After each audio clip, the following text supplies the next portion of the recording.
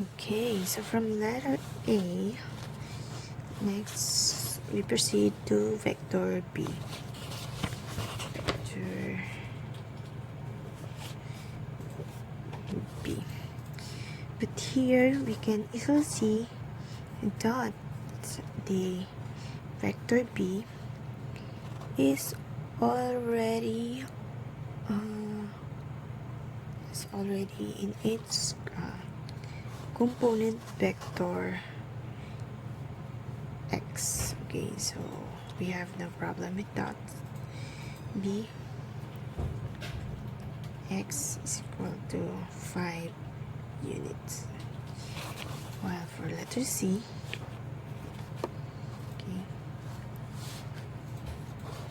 we only have y components since vector C is along y axis naman. So we have cy is equal to 4 units. Okay. And for vector D, again, we need to use the Sokotawa to get the x and y component of vector B. I mean here in vector B, ay x component lang siya. So, wala siyang y component. Y here in vector C ay 4 y component lang siya and wala siyang x component. Okay?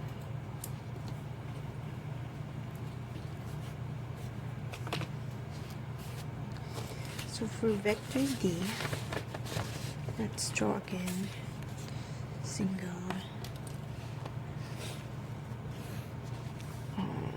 plane for vector D.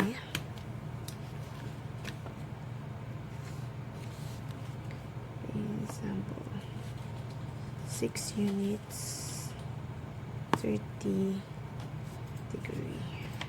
Okay. So medyo mali na naman yung angle ko.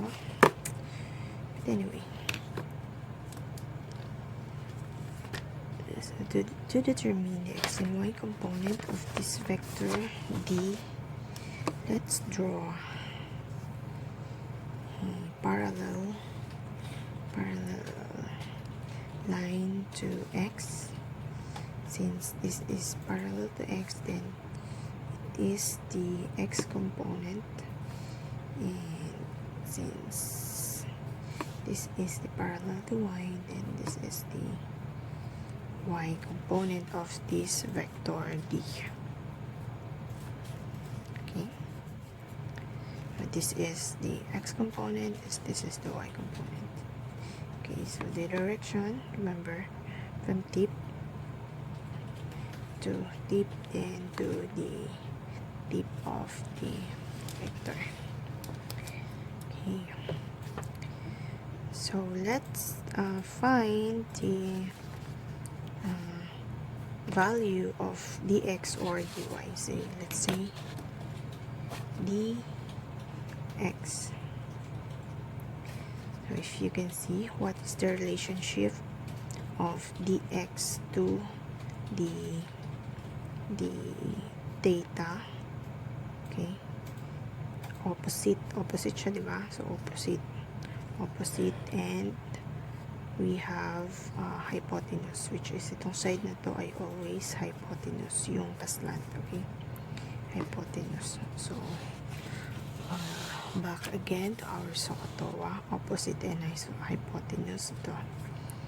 So we need this. So means that sine theta is equal to opposite over hypotenuse. Then sine 30 degree is equal to the opposite of 30 degrees dx, and hypotenuse is 6. Therefore, cross multiply again, dx is equal to 6 sine 30.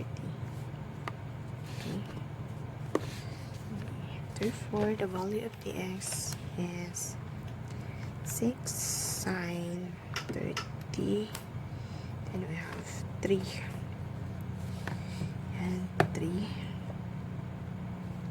3, so this is 3. Okay, x. Okay, for the value of y, dy, we have, so let's determine the relationship of this given data to the y. So, di ba siya yung adjacent, kadikit na data na to. Yung isa, opposite siya, adjacent. So, ang gamitin natin, adjacent, and then we have hypotenuse. From so so we need to use the cosine theta is equal to adjacent over hypotenuse. Then let's plug in our given, which is cosine 30 degree is equal to adjacent, which is dy over yung hypotenuse na 6. Okay, again cross multiply, then dy is equal to 6 cosine 30, then we have 6 cosine 30, then we have 5.2.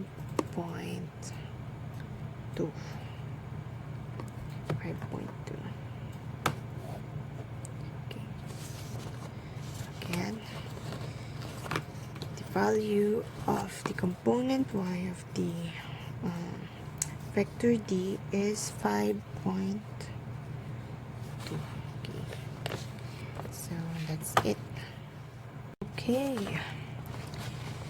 so let's now solve for the resultant vector of these given 1, 2, 3, 4 vectors. Okay, so instead of writing like this, to simplify our figure, we can use the equivalent components of vector a, b, c, and d in terms of its x and y components. So for vector a, we determine that its x and y component.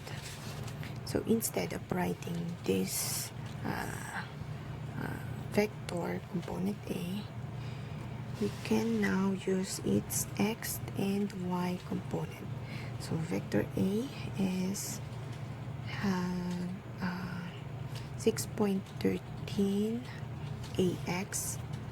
So we have 6.13 ax going to the right direction. So we have ax is equal to 6.13. Okay, while the value of a y is 5.4 going upward. Okay, so let's write here 5.14. So ay dy is equal to 5.14. Okay, so this ax and ay represent the vector a, 8 units 40 degree vector a. So instead of this, we write the vector a in terms of its component ax and ay. Okay, then for vector b, we don't have y component, but instead it only has x component, which is going up, going right, 5 units going right. Then we can draw again vector b here. We can use another.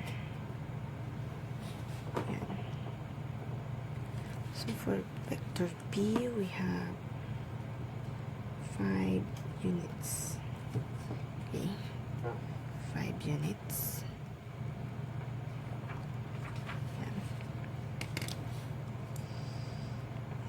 then vector B has no y component, so let's move to vector C, which only has y component. Y component lang si vector C, 4 units. C, y, only 4 units. Then let's move to vector D, which has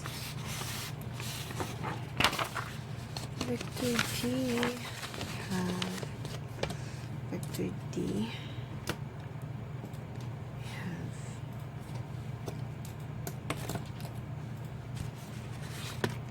y component of 5.2 going upward. dy is equal to 5.2 and dx of going left yung kanyang dx, so 3. So instead of writing like this, we can simplify our problem by writing like this using their components. Okay.